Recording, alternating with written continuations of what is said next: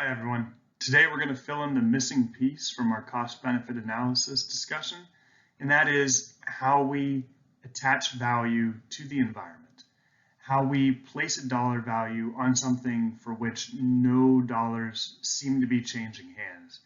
And this application is going to be, for the sake of this class, to the environment, but these techniques are going to be applicable to a wide range of other features that are not directly purchasable on markets. For example, I had a SIP student in the previous year look at what value coffee shop customers place on the ambiance and aesthetics of the coffee shop. Some of the earliest examples of these techniques apply to the productivity of agricultural land, and we will apply them to a wide range of problems, of environmental problems during this class. So to give you the overview of where we're going to go today, we're going to start off kind of motivating this lecture, this discussion, by answering the question of why we should value the environment, and this is largely going to be a review for what we've discussed over the first couple of weeks, and I want to simplify the answer to be for two reasons, one for protection, one for compensation. We'll then be discussing the types of values that we can place on the environment before spending much more time thinking about the specific valuation methods, being revealed preference methods and stated preference methods. After we introduce those methods today, next week in class, we'll do some lab work and see how we could actually implement those methods given real data and software. So as we've previously discussed in this class, one of the primary reasons why we need to place value on the environment is in order to determine the efficient, the just, the appropriate compensation for environmental damages. And so if we take, for example, the case of the BP oil spill in 2010, leaking over 200 million gallons of oil into the Gulf of Mexico, if we were to ask BP to compensate the local communities and the stakeholders in the Gulf states, how do we even go about quantifying the damage which they caused? So clearly, they're culpable for the damages, and they need to pay to remediate them in some way. But how do we get any idea of what that dollar value should actually be? If it's too small, it's not going to be helpful, and we're not going to fix the problem. If it's laughably large, if we say it's $20 trillion, which is the size of the U.S. economy, then that, first of all, they're not going to be able to follow through. Second of all, they're not going to trust the scientific process behind the arrival at that number and be less likely to pay anything. So we want to think about how we value those damages as leading to a process which would allow them to actually fix the damages. And so part of that damage is going to be the cost of cleaning up and compensation for the local ecology. And then when we think about that ecology, that's where things get a little bit more difficult. So the cleaning up cost is more of an accounting exercise where we know that it costs X dollars to filter oil from or clean oil off of a square kilometer of the coast or the sea, and we know we have X or Y square kilometers of oil spill in the environment. And so that's just an accounting exercise. The economics comes in more when we want to think about the impact on the local ecology and the local economies. So the loss in productivity of fisheries and what impact that has on the economies, the health costs of getting seafood from the Gulf in the future, as well as shortly after it would be cleaned up, loss of tourism revenue, and how we value the impact on something like migratory birds, where unless we are looking at tourism to see migratory birds, how do we think about what that impact would be when it's going to impact states and areas far outside the Gulf? So these are all challenging questions to be able to answer, but we're going to be able to come up with techniques as a way to quantify them, to add to the physical cleanup cost, to come to a more accurate idea of what the value of the damages that would be caused by such an environmental problem. So on the other side of the coin, we have the need to value environmental services so that we can protect them. Now, this isn't really a clean break between the valuing damages side of things, because as you saw in the previous slide, some of the environmental services could be the presence of migratory birds. They could have some positive effect on the local ecology. And certainly when we think about valuing environmental services, we are thinking about the potential for damages as well. But so it's not really as important to me that you're able to classify a valuation of something environmentally related as either protection or compensation. It's just to think of the dual roles which this valuation techniques, which we're going to learn later in class, are going to serve. And so just to give an idea of how we can think about environmental services as a whole, we can think of the example of pollination. And so, when we think about maybe paying for honey at a store, that would be, or at a farmer's market, that could be a value that we attach to the product of bees or the presence of bees, but we're not capturing the full value because we're not paying for the complementarities that they provide to the existing agriculture, existing flora that they help by pollinating and leading to more I don't know, some of you biologists and environmental studies people out there in the crowd are going to be able to explain this better than I can. But if we want to think about the cost of losing this environmental service, then we have to be able to place a value on what it is in the first place so that we can then place sufficient barriers to prevent the loss of that service, to ban perhaps certain pesticides, to justify spending enough money on prevention of murder hornets coming in and wiping out bee populations. And so there's going to be a wide range of aspects of such a problem that we would need to consider, but we can use the valuation techniques as a way to quantify the services which the pollinators provide. So depending on where you look, you're going to find different ways of classifying the types of environmental values. We're going to take a relatively simplistic approach and just think about 5 here. But it's going to be important that you are able to distinguish what types of value an environmental service is going to provide, as well as the value which you're identifying and what we're able to measure with a specific valuation technique. So that'll be more clear later in class. But the first one, the most obvious, is that of use values. These are going to be values we obtain by using the environment. And so direct use values and non-consumptive use values are ways that we can think about further differentiating use values. For example, a direct use value could be going to, sorry, I'm going to backtrack there. As soon as I said those first 2 words, I realized I was going to describe non-consumptive use value. So direct use value is in contrast to non-consumptive use value because it's consumption. And so direct use value of the environment could be the consumption or benefit from the survival of a fish species or use of timber products, and it's something that we can directly consume. Non-consumptive use values are going to be like traveling to a park or taking part in a tour of the Everglades or something along those lines.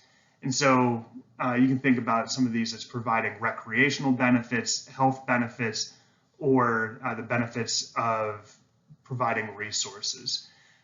Now, non-use values we can think of in a variety of ways, but in general, these are going to be values we obtain from the environment, even when we aren't directly using it or benefiting from it. We're not going to see or be among nature in any way. We're not consuming it in any way. And we can think about the ways about further categorizing these non-use values as providing altruism, that it's going to be the value we place on the environment because it's going to benefit other people or other groups of people. And in our current time, in our current generation, the bequest value is going to be very similar to the altruism value, but it's going to be the benefit from the environment that we get by knowing that we're leaving it for future generations. The existence value is just not even thinking about altruism or bequest. We're not thinking about other people benefiting from the environment. We're thinking more of an intrinsic value of nature, that it has value in existing just in its own. And this would be like the value from just knowing that something exists. So that, for example, there is, and we'll talk about this later in class, but we place a value on the existence of polar bears. We would all be, to some degree, sadder if the polar bears went extinct. And so we can quantify that value and find average levels of that value, aggregate them over population, and come up with an idea about how much worse off we would be made as a society if polar bears went extinct, even though for the most part, none of us are ever going to see one in the wild, and hardly see them at all in captivity. So that being said, even if we don't get to directly experience them, they still have value. And then the option value is just the value that you get from knowing that you may be able to use the environment in the future. So this is different from existence value, and it's different from the bequest and altruism value, because you may get a use value out of it in the future, but what you want to do is you just want to preserve the option of being able to use it. You're not benefiting from it now. You don't really care about future generations benefiting from it, or the idea that it deserves to exist in its own right. It has value because someday in the future you may want to use it. And so, you can maybe think about parts of the Amazon in this way. Not necessarily that I do or that I think any of you do, but certainly to some people, the Amazon or tropical rainforests do have option value. And I believe, I can't remember when we'll talk about this in this class, but drug or pharmaceutical company Merck has an agreement with the country of Costa Rica that any future pharmaceutical development, they paid them for potential future pharmaceutical developments that come from their biodiversity in their forests. And so that could be an example of an option value that nature could provide. So in terms of economics, we're going to value the environment using two types of measures, the first of which is willingness to pay to avoid the environmental degradation. The second of which is the willingness to accept and tolerate environmental degradation. In this class, I don't think we're going to use this at all.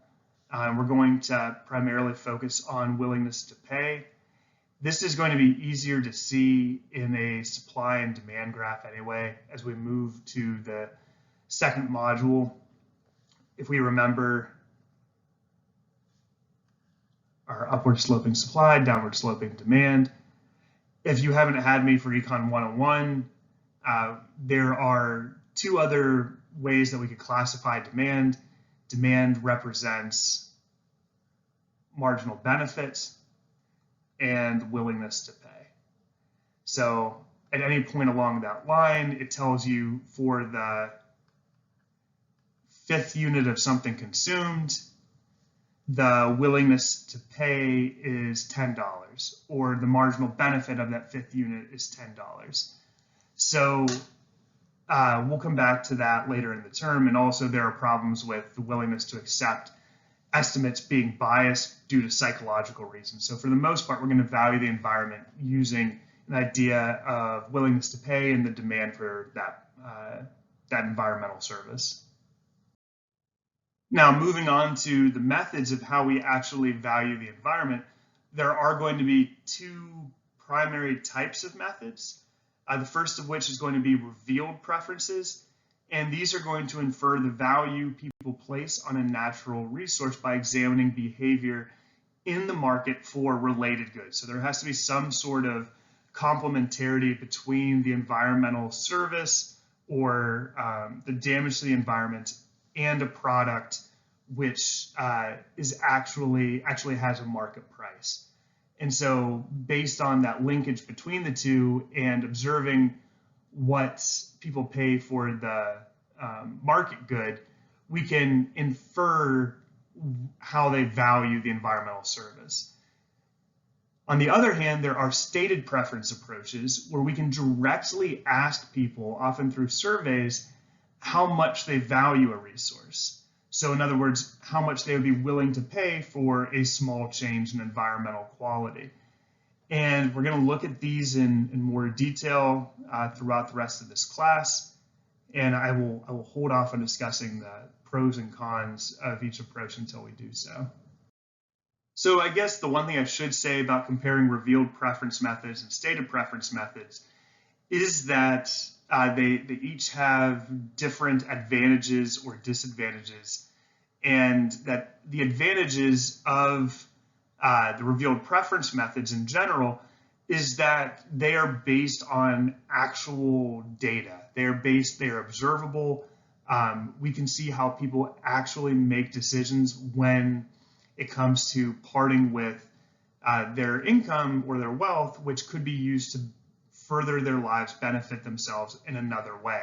And so economics is the study of trade-offs. They are making a trade-off between an environmental service and something else that matters to them. So they involve actual behavior, and there's less room for some sort of hypothetical bias or dishonesty in the survey, because there's not a survey. However, they are indirect because they infer the value of the environmental good or service rather than directly estimate it, because it's based on that connection with a related good. And so, once again, there are advantages, disadvantages here, but we're going to look at 4 primary types of revealed preference methods throughout this class as they relate to valuing environmental services or environmental damages. We're going to first start off by thinking about averting expenditures. So how much people spend to reduce a damage. We're then going to look at the travel cost method, which measures how much people spend to visit a resource and tries to infer a value for oftentimes some sort of park or non-consumptive use value by seeing how much people are willing to pay in terms of time, in terms of the cost of the travel to get there, as well as any park entrance fees. And then we can say if they're willing to pay $200, then that seems to be the value to that person. Then we're going to look at hedonic property value, which we've talked a little bit about in our individual working groups, as well as during week 1 to some extent. And then a hedonic wage method, which is going to be similar to the hedonic property value, albeit obviously in respect to wages and salaries and compensation for labor rather than the compensation for your place of residence. And now we're going to talk about mummified human heads. So the third method for valuing the environment is that of using the hedonic property valuation technique. And this is when we decompose the value of a home, the transaction price of a home, into its attributes to infer the implicit price of those attributes, which may be environmental. And the reason why I have this head and this person in the box is this is Jeremy Bentham, who was one of the leading utilitarian philosophers of the, let me get my years wrong, I think 1800s, but it could have been late 1700s as well. So Jeremy Bentham was a utilitarian. He is famously known for the hedonistic calculus, which is also referred to as the hedonic calculus. And this was an algorithm for thinking of a purely strictly utilitarian view of ethics and morality, that we can think about what is right and wrong by adding up direct and indirect pleasure and suffering of any event. And he was an eccentric person and wanted his body to not be buried or cremated, but be preserved and, I think, displayed in a museum. So if you go over to the UK, they've moved him. I think he's no longer in this box. He's in like a glass box in like a more sterile environment. But yeah, you can see him. It's his preserved body, and his head is in a separate box next to it. That's just like a wax head on top of him. So crazy person, but that's more or less where this hedonic comes from. It's pleasurable. It comes from hedonism, which is going to be the thought of pleasure and suffering as being the end all be all when it comes to human well-being. So getting back to house prices, when we said that we can infer the price of an attribute by thinking about the sales price of the home, as well as all of the implicit attributes which are part of that home, those attributes can consist of property characteristics, being the number of bedrooms and bathrooms, acreage, square footage of the home. All of these things we can control for, and we will do so in a lab assignment next week. They're going to be neighborhood characteristics, such as the quality of the school district. We think that for the most part, homeowners are going to pay more to be in an area with better schools, with less crime, perhaps with proximity to stores and shopping. And then also what we're probably interested in using this method to identify is the value of environmental characteristics, being noise, air quality, proximity to parks and open space, exposure to pollution, pretty much anything that you can think about that people would care about living near or living further away from. We can then incorporate into a hedonic property valuation analysis. So as we were just discussing, there's a variety of applications. We can think about the distance from hazardous waste sites, open space and land use patterns, lake water quality. We looked at some of these during the first week when we were thinking about the role of space and environmental economics. I thought about hedonic property valuation for visibility of the ocean, for noise pollution from airports, as well as proximity to those brownfield sites.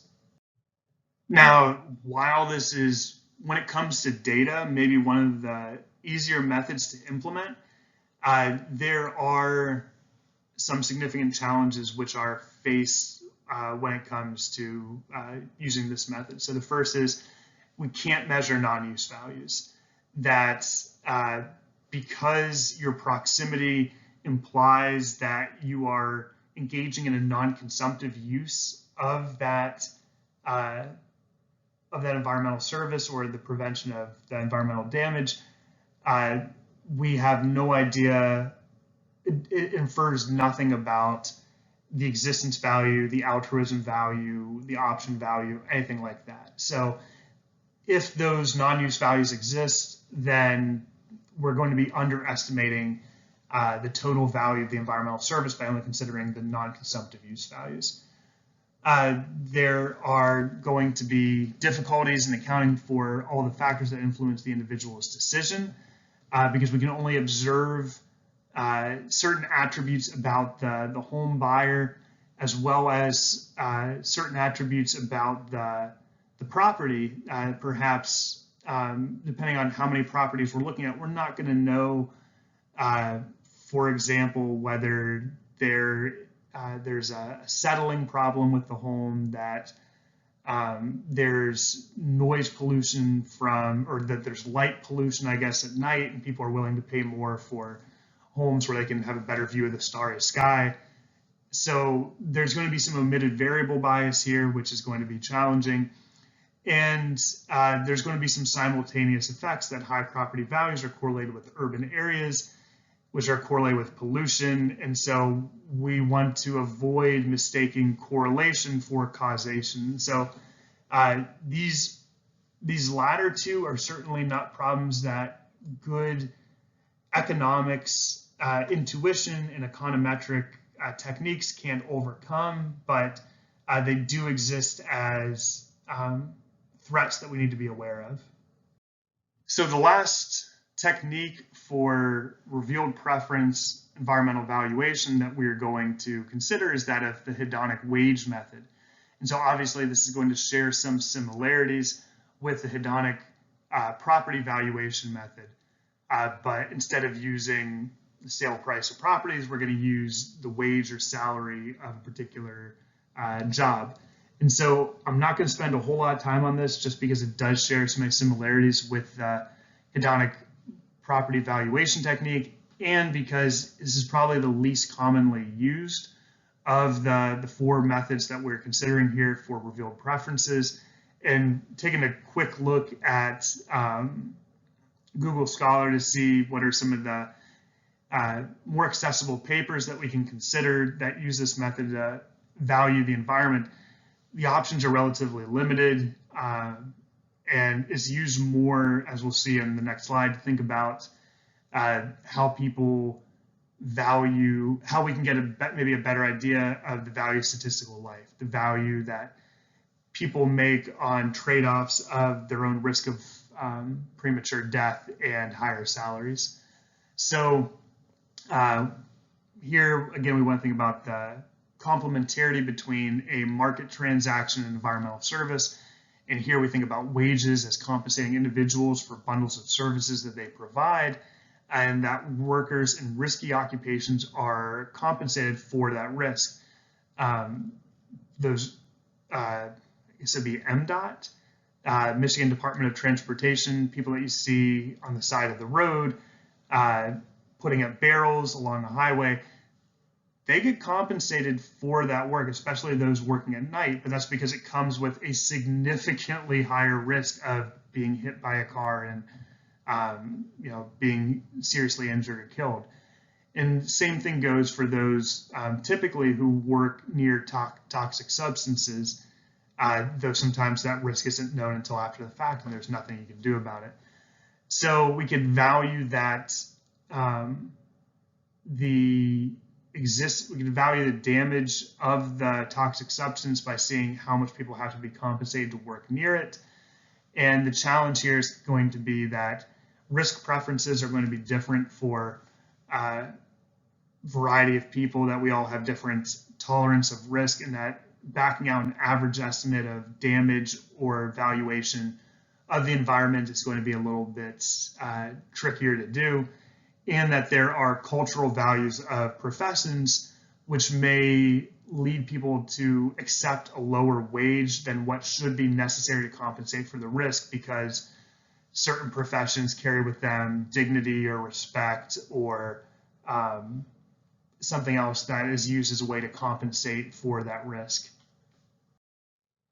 And so one paper that I thought is interesting to look at here, and once again, a little bit biased in pulling up work by an Ohio State economist, but this is from work by health economists at Ohio State looking at the deadliest catch. So I'm not sure if any of you remember, I think it's still on, that TV show of, I think it's crab fishers up in Alaska.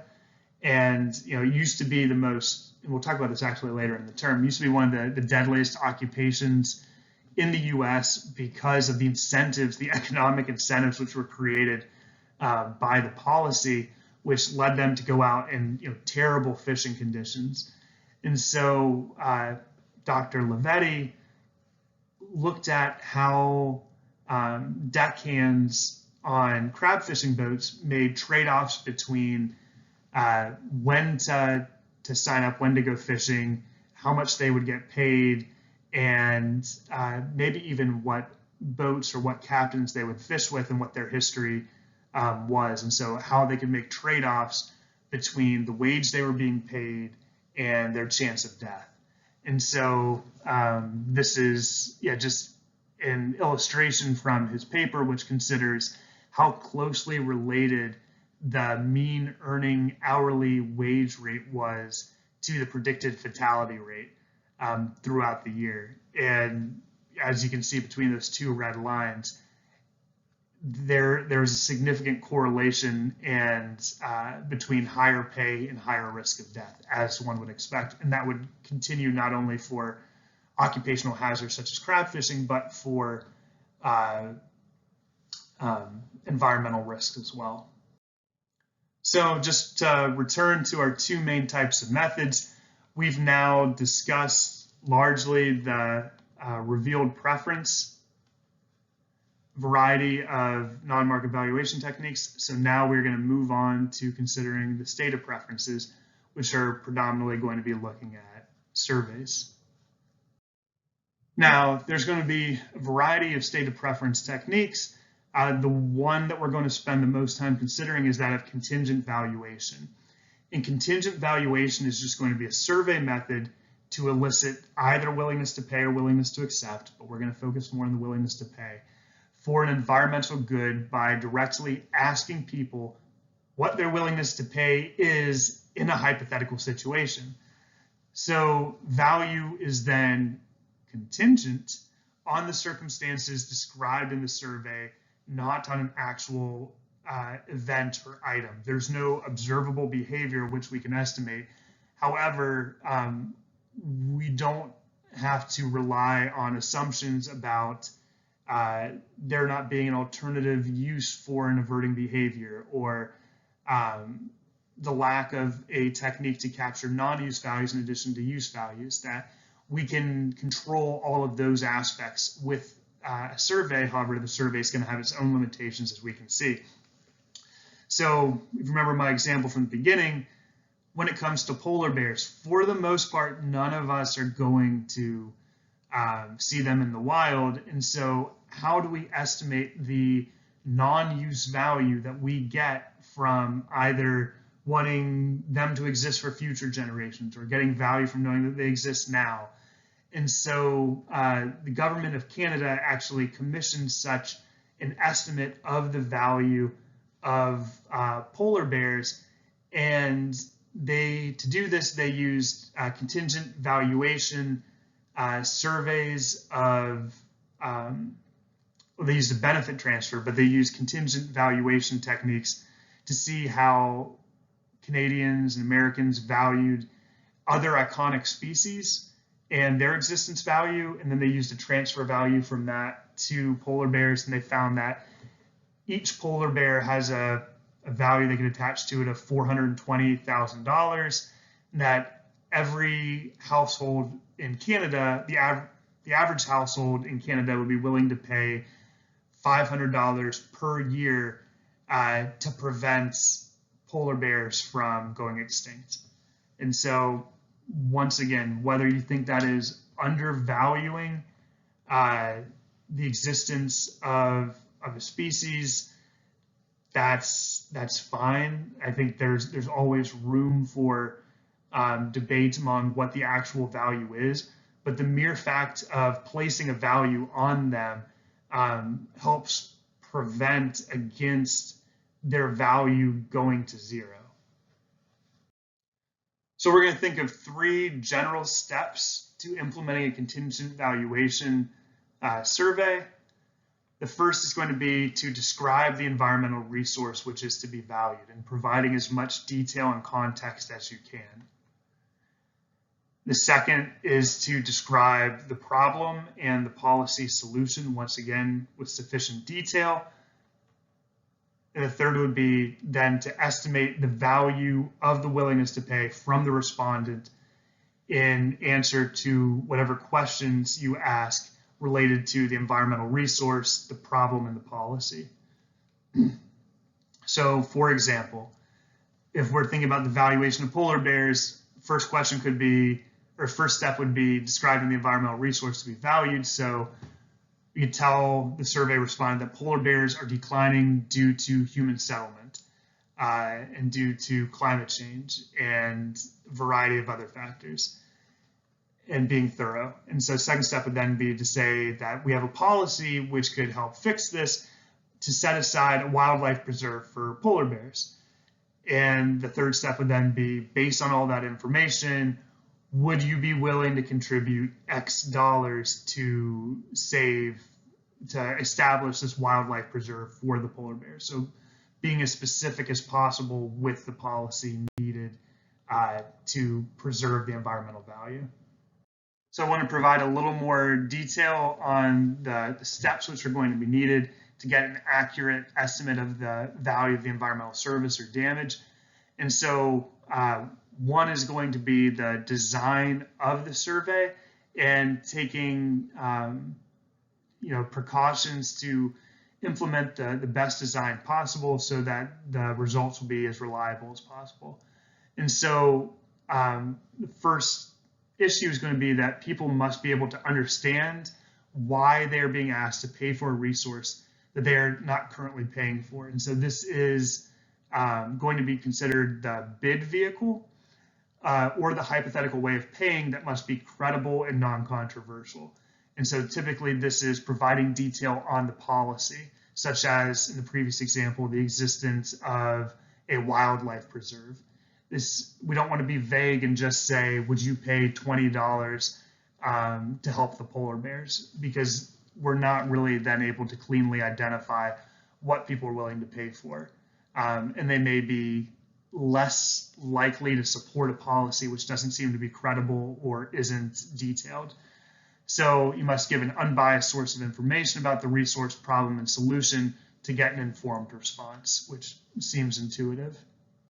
So in addition to paying careful consideration to how we phrase the bid vehicle and how we propose the payment method for providing the environmental service, we also need to pay careful consideration to how we ask the question regarding the payment for the bid vehicle. So one way that we could do this would be open-ended. So an example would be, how much are you willing to pay to support the wildlife preserve for polar bears? We could use a bidding game, which is proposing one initial value and seeing if people would be willing to pay that value and increasing that value until they say no, or decreasing it until they say yes. So if somebody says, Will, would you be willing to pay $20 a year to support a wildlife preserve for polar bears? And I said, sure. They would say, Will, would you be willing to pay $25 a year to support the wildlife preserve for polar bears? And if I say yes, they would keep going up until I say no. If I would say no, then they would say, well, would you be willing to pay $15 a year? And if I'd say no, they continue going down until I say yes. So there are some biases with that approach, but it's going to give you more information and maybe be a more precise estimate. There's a payment card, which is going to give a list of values and have you choose which value you want out of that list. And there is going to be a referenda. And so this would be more like mimicking the process on a political ballot, where it would show one single value and ask if they would pay for it. And you would make this value different on each survey. So it would be a random number, and you'd say, would you be willing to pay $30 a year to establish a wildlife preserve for polar bears?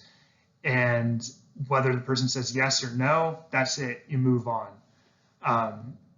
So that would be the fourth way that we could implement this question. And these are each going to have different advantages and disadvantages.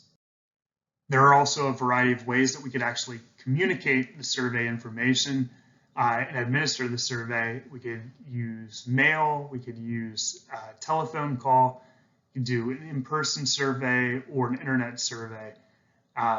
And each of these methods are going to have advantages and disadvantages as they relate to the survey response rate, as they relate to the response bias. Are people going to be more likely to give you an honest answer if they're face-to-face with you than if they're just filling out a card in the mail or if they're online?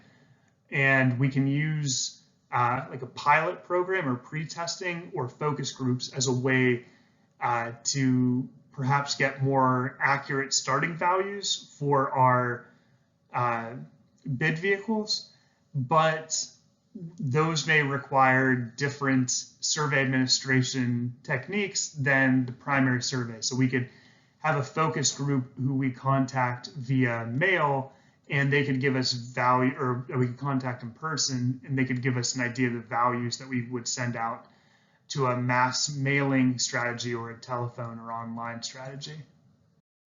So as indicated earlier, there are definitely shortcomings associated with the contingent valuation methodology, or CVM.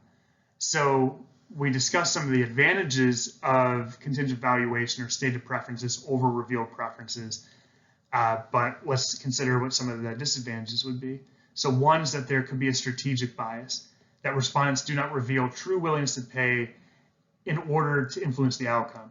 So if there's an open-ended question of how much are you willing to pay to support a wildlife preserve for polar bears, I could say $20,000 a year. And that's not realistic of what I would actually pay or what my real value would be.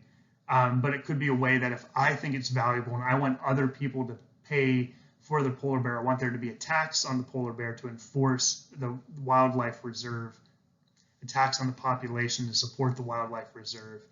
That could be a way that I could try to influence that result. There's an information bias, so respondents forced to value attributes which they have little experience with. It's not necessarily clear which direction this would go, but it's not going to be an accurate estimate if you don't provide enough information in your survey regarding the environmental service or the policy. There's a starting point bias, so like an anchoring bias, which would then influence the estimate. So if you are playing that bidding game and you start off by saying, would you be willing to pay $20 a year to support this wildlife reserve, then respondents may think, well, if he's starting off at $20 a year, then maybe that actually is the fair market value. That's what I should be paying for this. And so that is going to bias our answer. There's a hypothetical bias, which it'll be similar to the strategic bias in that people may be willing to say that they would pay more than they actually would be able to do, but they may not be saying this as a way to influence the outcome, but instead just because they don't actually have to part with the money, maybe they have an idea of what they would be willing to pay, but if they were in that real situation, then they're not actually willing to sacrifice as much as they thought they would be able to. It's like your eyes being bigger than your stomach at a buffet line. And then, as we discussed earlier, individuals when face-to-face may provide a different answer than they would in a online or mailing survey, and when humans are out in the wild, they may provide different answers than we think they would in a controlled laboratory environment or in a classroom. And lastly, we already discussed the discrepancy between willingness to pay and willingness to accept, and so that's why we focus more on willingness to pay. And there are some more concerns for the contingent valuation technique. One is that there may be unreasonably large willingness to pay estimates, such as people bidding more than they can afford, and this could be due to the hypothetical bias or the strategic bias. And so I guess it's related more to those two. Or that there's a warm glow effect, so that responses may reflect general feelings towards the willingness to support the environment and be eco-friendly rather than the specific issue at hand. So that may, once again, not provide, and if we're trying to estimate an average valuation of wildlife preserves, and people just want to be seen as being environmentally friendly, or they think that we should preserve the environment at all costs, that doesn't really give us an idea about how we should, how much land we should preserve for polar bears in accordance with how much we can pay for it. And anytime that there is a public good, people may try to free ride and have other people pay for it, even though they know that they will benefit themselves. And so that may be a downward bias on these estimates. And there's always the protest bid, people just saying zero for everything. Are you willing to pay that? No. Are you willing to pay this? No. Because they don't like taxes, or they are just trying to mess up the survey because they're psychotic. So all of these are potential concerns with the contingent valuation technique, and we need to keep them in mind when choosing, when creating, designing the survey. That being said, there are significant benefits as well. First, it may be the only sort of technique that we can use, stated preference being the only sort of techniques we can use to capture non-use values, because most of the revealed preference methods are only going to capture use values. And so these may provide a larger and more accurate idea of the total value of an environmental service or of an environmental damage. They provide direct answers that regarding willingness to pay. We don't have to infer from the price of a related good what that willingness to pay would actually be. And it can be done in a controlled setting so that the analysis does not observe other conflating factors which could bias the results. And so, as we think more and more about what objective knowledge really is, how we can separate causation from correlation, and one of the, I say, the gold standard for learning, for determining what is true and what is false, is controlled laboratory experiments. And that is really what these contingent valuation surveys are. The survey is an opportunity for you to have a controlled laboratory experiment that, even though it has the biases which we already discussed, you're able to hold constant a variety of other factors which may bias a revealed preference estimate. So following the Exxon Valdez spill, several years thereafter, the National Oceanic and Atmospheric Administration proposed a variety of recommendations for best practices for contingent valuation surveys of environmental damage. And though this is, working on 30 years ago, for the most part, these are generally still considered to be the best practice approaches. And so, though they may be amended to some degree now. The first is that of dichotomous choice, that when we think of those 4 different ways that we could propose the bid vehicle being open-ended, bidding game, dichotomous choice, and I forget what the 4th one is off the top of my head. Give me 1 second. Choice card. Yeah, I never used that one. So dichotomous choice is going to be that the preferred method is it's going to minimize the scope for starting point bias, for a hypothetical bias or strategic bias. So that would be the proposed method for conveying your bid vehicle. That we want that these estimates are going to be more believable. The higher the response rate that we get is. This may be a little bit harder to implement when we have an open online survey, when we don't really know what the response rate is. They're going to be more accurate when we have in-person interviews rather than online or in mail or telephone, though this was also before online communication was more easily done. And now you can increase your response rate or increase the number of responses with online surveys. So these two may be in conflict to some extent. willingness to pay is still more accurate, less susceptible to bias than willingness to accept, especially if done along with a dichotomous choice. To provide further validation of the answer, you want to test if the willingness to pay is sensitive to the level of the environmental damage, to make sure that this isn't capturing some sort of warm glow effect, that people actually care on the margin about the damage itself.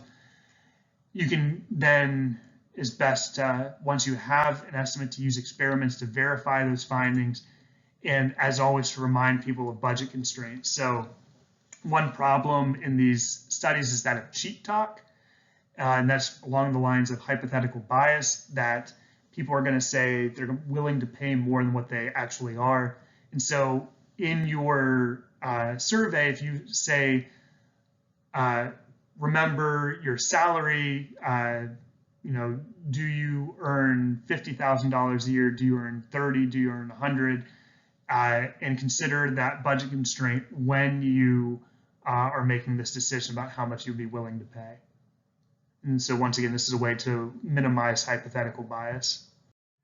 So I know we're a little bit over time for this class, but I think I went a little bit under for the first class, and I'm sure I'll do that again going forward. So just going to finish off this lecture and briefly discuss choice experiments as another form of stated preference valuation techniques, which aren't contingent valuation but are similar.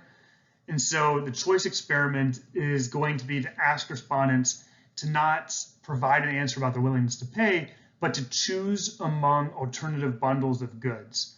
And so by doing so, we can identify the willingness to pay for different attributes of those goods. So this combines elements of hedonic valuation with elements of contingent valuation, and is a way to take advantage of some of the strengths of each approach. And so we could also use contingent ranking as a way to ask respondents to rank order a set of hypothetical situations with different environmental amenities and costs. And so just to give you an idea of what these choice experiments would look like, we would have a choice card, which would give the survey respondent a choice between let's say 3 alternatives of varying attributes. And so let's say we're looking at going to a lake or living near a lake, which has water clarity up to 5 feet, up to 10 feet, or up to 8 feet, and has different concentrations of mercury in it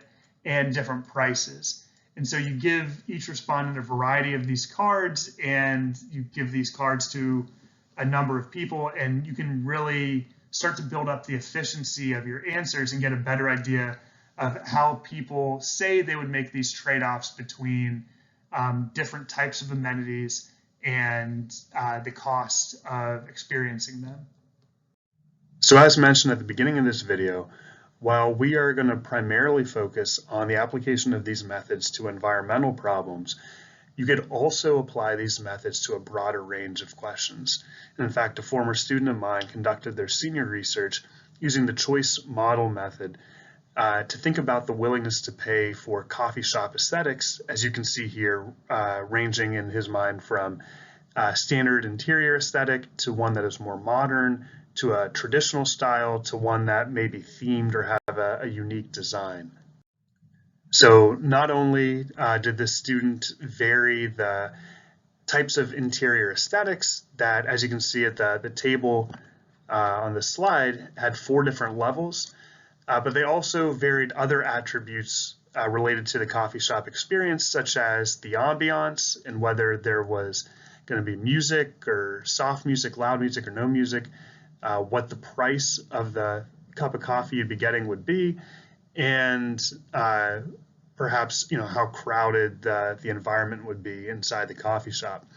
And so randomly varying the combination of these attributes, he created choice cards which his survey respondents were faced with, where they could compare alternative 1, alternative 2, alternative 3, and say, which of these would you be more likely to buy? Would you be more likely to buy the same standard cup of coffee for a price of $4 in a traditional style coffee shop with people socializing with louder background music and more seating, or alternatives 2 or 3 and those combinations as well. So maybe you'd be more likely to buy a cup of coffee for $1.50 less, but at a themed coffee shop where people are working hard and no background music, but there's less seating. And so analyzing the responses to these questions then really lets you gain some unique insight. And so when you analyze the response, you can run them through a statistical program, and he ends up calculating the willingness to pay coefficients for each of the different levels of each attribute, and can then conduct your willingness to pay analysis such that we're going to do in some of our labs in this class. And just as a reminder here, this is all going to be contingent upon keeping that same, as many of the other factors constant as possible. And so the students included in their survey this preface to the survey, which tried to ground and remind the respondents as much as possible that the only thing that we're varying from alternative to alternative is going to be the attribute specified, and that we need to consider just an ordinary cup of coffee from a coffee shop rather than people reading too much into the price difference and thinking that a higher price necessarily means a better quality of coffee. But I just thought this was interesting as a way to show you how we could apply these methods outside of environmental economics. But again, we're going to largely focus on the environmental application of these methods. And while this video has covered the methods that we are going to be more likely to encounter in this class or more likely to use, next week we're also going to look at some additional revealed preference non-market valuation methods that we may encounter from time to time, or you're absolutely free to use in your class projects as well.